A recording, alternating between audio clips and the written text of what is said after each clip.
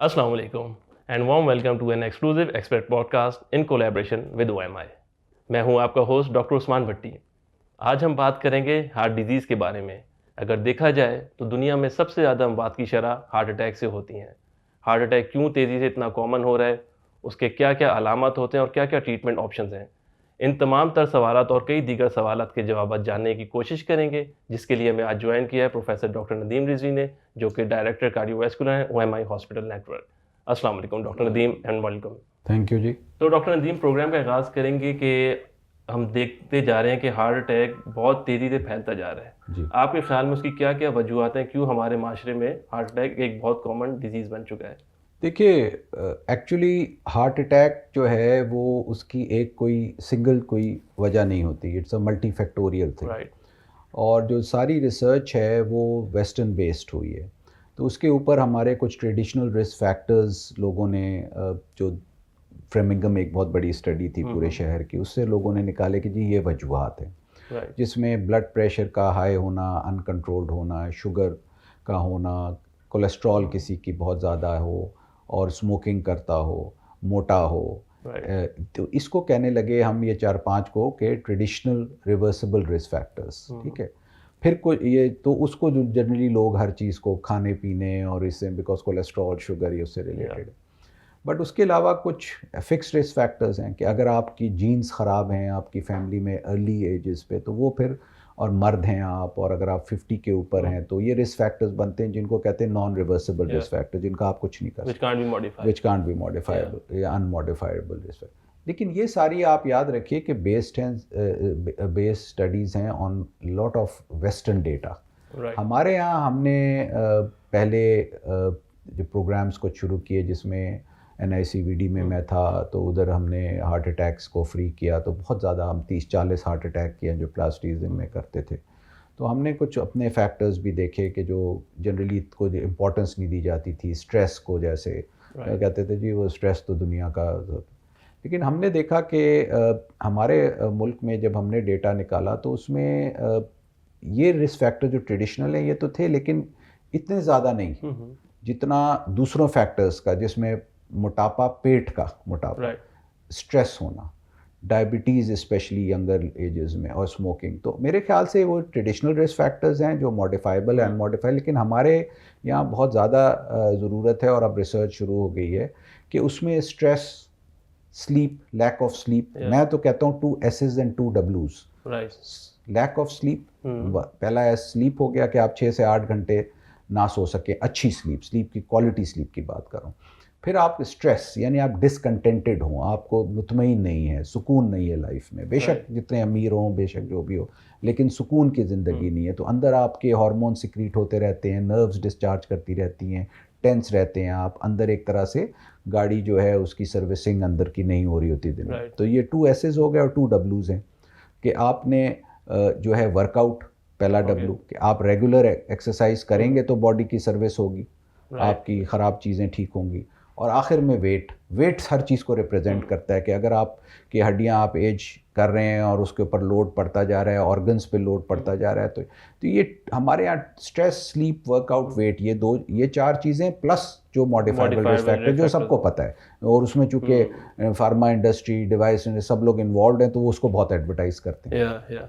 सो अब हमने देखा है रिसेंट टाइम्स में कि काफ़ी ज़्यादा यंग पॉपुलेशन जो है वो भी हार्ट अटैक में मुब्तला होती जा रही है, कि अर्ली 40s या लेट 30s भी इवन हम लोगों ने हार्ट अटैक के साथ मरीज देखे हैं। खैर एशिया में साउथ एशियंस हमेशा से 5 से 10 साल पहले इन लोगों का होता था। जैसे अगर वहाँ 50-60s में यूरोपियंस में जनरली सबसे ज़्यादा पीक करती थी हार्ट की, तो हमने देखा कि हमारे यहाँ 10 साल पहले करती थी। ये तो पुराना है। अब इवन उसमें एक फैक्टर भी है कि जो जैसे मीरपुर से बहुत से लोग गए इंग्लैंड, तो वहाँ देखा गया, मैं वहाँ रिसर्च में इन्वॉल्व था और वहाँ मेरी ट्रेनिंग थी, तो मैंने वहाँ देखा कि वहाँ एक अलग से स्टडी उन्होंने की कि pre mature coronary artery disease in British Asians. तो वो टोटली 10 साल पहले एज, इसलिए कि उन्होंने अपनी इन्वायरमेंट चेंज की, खाना चेंज हो गया, वेदर चेंज हो गई, स्ट्रेस लेवल्स बढ़ गए, तो इन लोगों को वहाँ बहुत जल्दी जल्दी हार्ट अटैक होने। तो जहाँ भी आप अपनी जीन्स को अपनी इन्वायरमेंट के साथ सिंक ना कर सकें, अब हम लोगों के यहाँ जो पुअर पॉपुलेशन है जनरली, जो लोएस्ट वर्किंग क्लास लोग हैं, उनमें है, लेकिन उनमें इतना ज़्यादा नहीं है जितना आपकी once you travel up the social ladder और बहुत जल्दी ट्रैवल कर लें, यानी आपकी 2 जनरेशन्स के अंदर आप पहले तो आपकी प्लांट बेस्ड डाइट थी, गांव में रहते थे, भाग दौड़ करते थे, सुबह अर्ली उठते थे, और अब आपकी एक जनरेशन के बाद अब आप सिटीज़ में आ गए, आपकी लाइफस्टाइल चेंज हो गई, डाइट चेंज हो गई, तो उनमें हार्ट डिजीज़ बहुत बढ़ी। तो ये भी एक बड़ा फैक्टर है कि आपके यहाँ, हमारे यहाँ आपने अपनी जो बॉडी की जिस तरह की जीन्स हैं और जो जिस तरह की उनको, उसको आपने परवाह नहीं की और बहुत जल्दी लाइफस्टाइल चेंज, विच मीन्स के सेडेंट्री लाइफस्टाइल हो गई, टेंशनें बढ़ गई, खाना आपकी मीट बेस ज़्यादा हो गया, एक्सरसाइज ख़त्म हो गई, हर वक्त डिजिटल काम करना शुरू कर दिया। तो ये चीज़ें हमारे यहाँ it's all ended up in our early aging of our society. early premature heart disease compared to the Western society. Right. So how do you see familial pattern कि अगर फैमिली में किसी को हार्ट डिजीज़ है तो इसका कोई impact है कि उस इंडिविजुअल को भी हार्ट डिजीज़ होने के चांसेस ज़्यादा हैं? हाँ, देखिए, yes, this is one of the major non modified risk factors कि अगर आपके बहन भाइयों में, स्पेशली अगर भाइयों में या वालिदैन में आप मर्द हैं और आपके यहाँ प्री मेच्योर 50 साल से पहले हार्ट अटैक्स हो रहे हैं, तो आपको ज़रा केयरफुल रहना पड़ेगा। ज़रूरी नहीं है कि आपके सब कुछ रिस्क फैक्टर्स कोई भी ना हो, लेकिन even then you may have inherited a gene, और वो जीन्स के ऊपर काफ़ी स्टडीज़ हुई हैं। There are various things familial, जिसको कहते हैं लाइपोप्रोटीनेज और ये और वो, जो इनहेरिट, जिसका अभी तक हम कुछ कर नहीं सकते, जिनको मॉडिफाई नहीं कर सकते, लेकिन हमें पता है कि ये अगर इसमें ब्लड में ये चीज़ ज़्यादा है या ये तो ख़राब कोलेस्ट्रॉल ज़्यादा बन रहा है और उसकी वो डिपॉजिट हो रहा है। अब आपने उसके लिए बहुत सी चीज़ें करने की कोशिश की। होमोसिस्टीन लेवल्स एक ज़माने में बड़ी समझी जाती थी कि ये लोग होती हैं, तो उसके लिए फॉलिक एसिड दिया, ये दिया, वो दिया, लेकिन उससे भी वो फ़र्क नहीं पड़ा लोगों।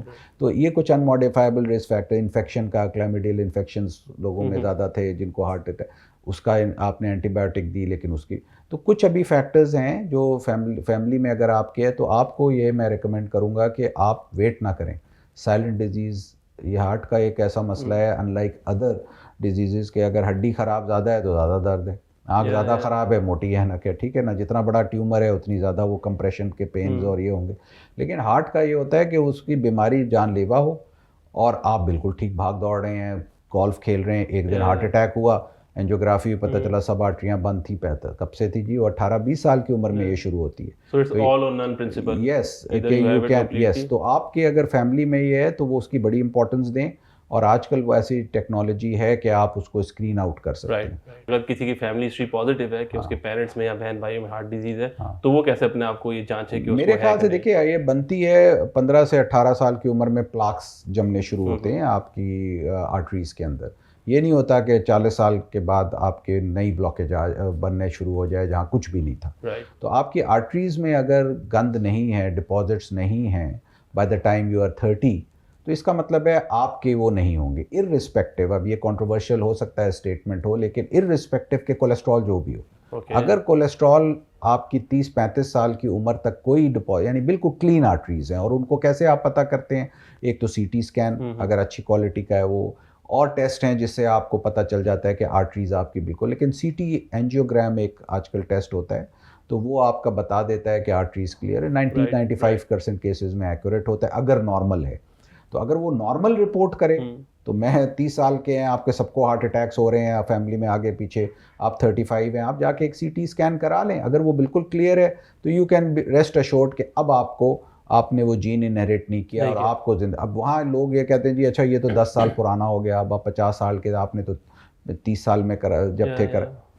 It's not gonna deposit. ये बहुत बड़ा एक मिसकंसेप्शन है कि आपकी आर्टरीज बिल्कुल, मैं बात ये नहीं कर रहा कि वहाँ उसमें थोड़े बहुत प्लाक्स हों, प्लाक मीन्स के थोड़ी बहुत गंद है, वो बढ़ सकती है। मैं बात कर clear arteries, normal arteries, right. अगर वो पहले इन्वेजिवली उसको चेक करते थे हम लोग एंजियोग्राम करके, जो इन्वेजिव होता था वो भी आसान हो गया, हाथ से करते हैं 2-4 घंटे बाद घर चला जाता है मरीज, पहले टांग से करो 12 घंटे अस्पताल, ये वो, लेकिन उससे भी बेहतर अब सीटी स्कैन हो गया और बिल्कुल। तो इन लोगों के लिए, since we know that heart attacks are so common, कि इतने ज़्यादा कॉमन हो गए हैं, तो आपके ख्याल में वो कौन कौन से साइन एंड सिम्टम्स हैं, वो कौन से अलामत हैं जो अगर किसी बंदे को हो तो उसे फौरी तौर पे मेडिकल अटेंशन की ज़रूरत पड़ सकती है या उसको फ़ौरन इमरजेंसी जाना चाहिए? अगर आपको बैठे बैठे दिल की तकलीफ़ हो रही है और पहले कोई आपके पहली बात तो ये कि आप हर चीज़ अपने फैक्टर्स को कंट्रोल करें, राइट, जो मैंने पहले बताया आपको, सुकून हो, सोएं, वर्जिश करें, वज़न अपना कंट्रोल रखें, सिगरेट ना पिएं, ब्लड प्रेशर, कोलेस्ट्रॉल, शुगर, हर चीज़ कंट्रोल करें। अब आपकी फैमिली में सबको हो रहा है, तो अब आपका साइलेंट हो सकता है डिजीज़ हो। क्या अलामतें हैं, ये सवाल है कि क्या हो। तो याद रखिए कि अगर आपको बैठे हुए कोई तकलीफ़ होगी, चाहे नाफ के ऊपर, सीने में, जबड़ों में, हाथ में, कहीं भी, और वो हार्ट की वजह से है, तो वो एक्यूट कोरोनरी सिंड्रोम कहलाता है। Okay. वो 3 कंडीशंस होती हैं, जिसमें एक अनस्टेबल एंजाइना, एक माइनर हार्ट अटैक जिसको नॉन एसटी एलिवेशन एमआई कहते हैं, और एक बड़ा heart attack ST elevation MI. ये 2 जो हार्ट अटैक्स हैं ये ईसीजी में डायग्नोज होते हैं ब्लड टेस्ट के अलावा। जो अनस्टेबल एंजाइना है वो ईसीजी में भी डायग्नोज हो सकता है, लेकिन क्या पता ईसीजी में ना आए। लेकिन उसकी जो मैकेनिज्म है वो ये कि आपकी ब्लॉकेज थी और ऊपर क्लॉट आ गया, यानी उसको प्लाक फटा और क्लॉट बन गया और वो आर्टरी को बंद कर दिया। पूरा तो बड़ा हार्ट अटैक है, पूरा नहीं बंद किया तो मैं, लेकिन ये तीनों कंडीशंस आपको अगर हों, 3 में से एक भी है, तो वो आपको डायग्नोसिस की इतनी ज़रूरत नहीं है। वो बैठे हुए तकलीफ होगी, वो ख़त्म ही नहीं होगी। और वो आपको बढ़ती जाएगी और 2-4 घंटे से ज़्यादा आप टॉलरेट ही। तो कोई भी तकलीफ अगर जो आउट ऑफ द ब्लू आपको हो, नाफ के ऊपर, सीने में, जबड़ों में, हाथों में, पीछे, जो आपको पहले नहीं हुई और आपको काफ़ी वो अजीब घबराहट सी होने लगे, साथ पसीना, वॉमिटिंग, या ना भी हो, बोझ पड़ रहा हो, तो इट्स बेटर कि आप फ़ौरन जाके ईसीजी कराएं। और तो ये तो बैठे हुए हो गई।